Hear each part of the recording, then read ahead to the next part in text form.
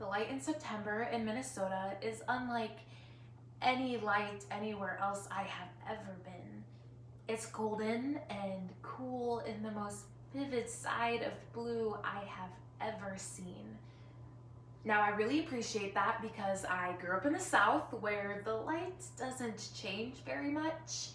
You see, I grew up with my crazy rocket scientist narcissist father, and our family motto was that you could have the life you wanted if you worked hard, and if you didn't have the life you wanted, you weren't working hard enough. I was going to be a professional, this shiny, solid A plus everything. One beautiful September afternoon, I heard a knock and I opened the door, and in the hallway I seen a man. I thought, that's odd, but then he immediately told me he had lost his dog, and I was completely softened.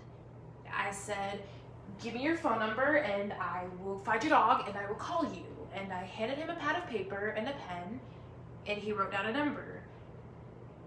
I looked at the number and there wasn't enough numbers to make a telephone number.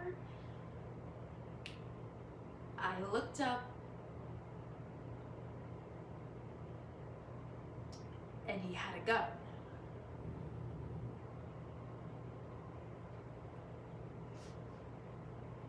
While sexual assault survivors are often silenced by shame, storytelling is an essential part of healing.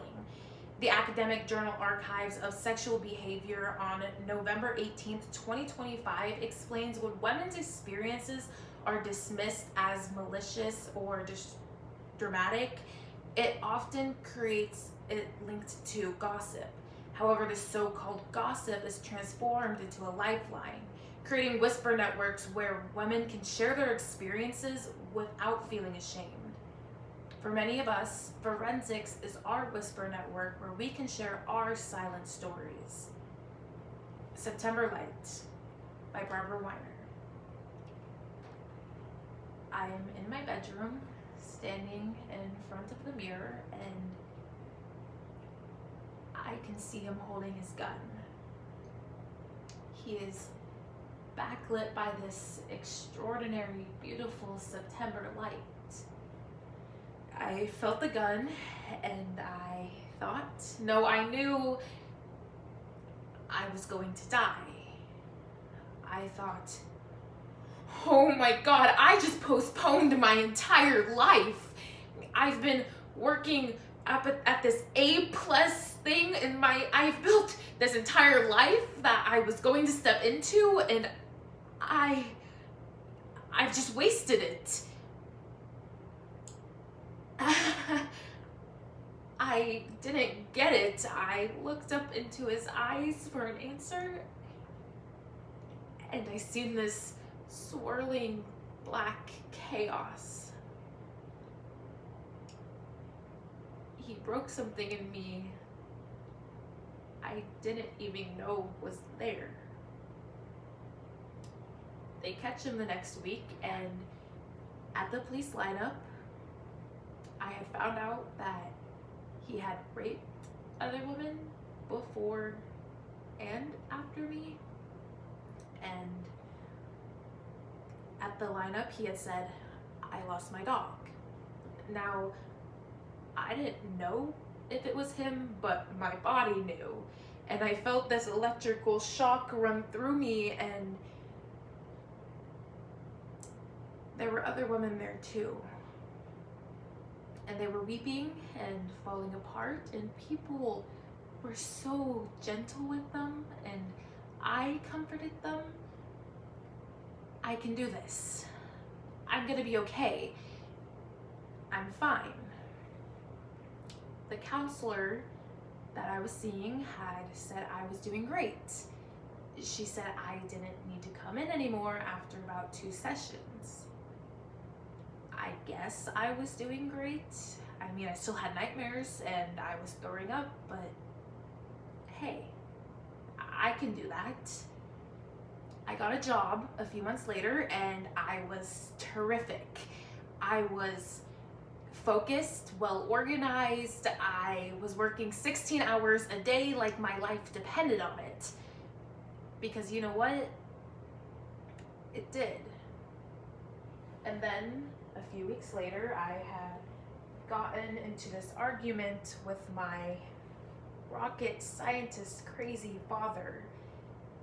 And we couldn't fix it. I couldn't fix it, and we didn't like not fixing it. I was holding on to something so tightly, I was starting to vanish, and I couldn't find myself in there anymore.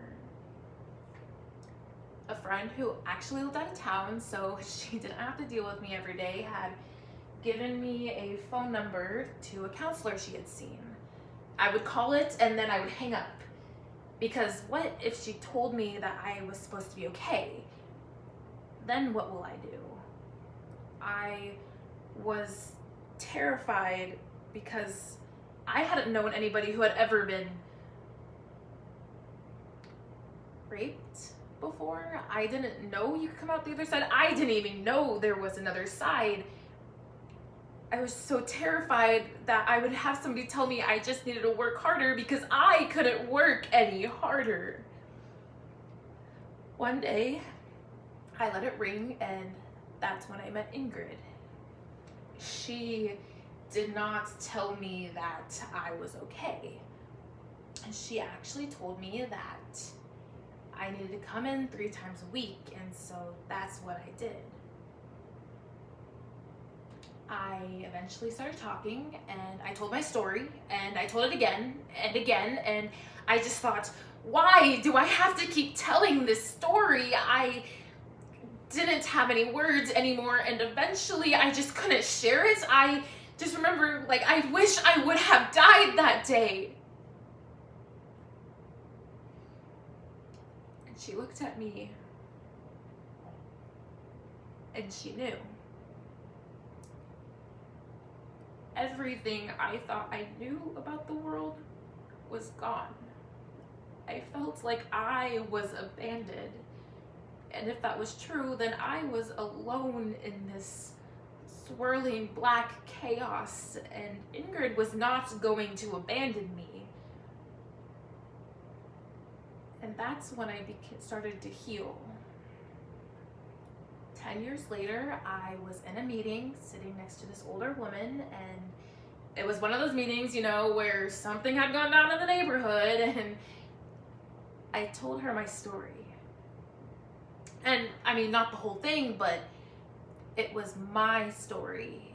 And then she told me hers. And I realized I was able to listen in a way that I never had before.